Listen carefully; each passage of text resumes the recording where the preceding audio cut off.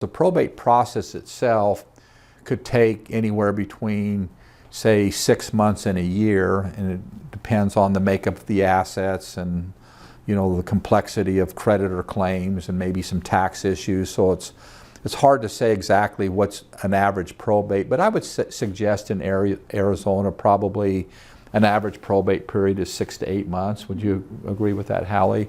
Now in California, quite different, much different. In California, probates are probably 1.5 to 2 years. And so these beneficiaries want to know, Hallie, do they have to wait until the whole probate process runs its course, or when could they make distributions? It's always, like you say, different in each situation, but one of the first things we'll talk about is, do we have the ability to make a partial distribution, a piece of a distribution, and then save the rest for later? The fact. And what would you be saving the rest for? Like what things we'll call this a holdback.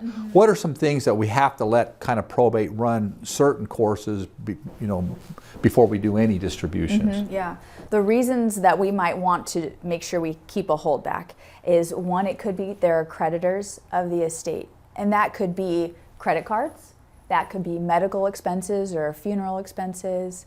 The general holdback is covering administrative expenses. Does the personal representative take compensation? The legal fees, any kind of final taxes, final tax IRS, liability, IRS money. and preparing those things for the CPA. So all of those need to be paid for from the estate before the beneficiaries get a distribution.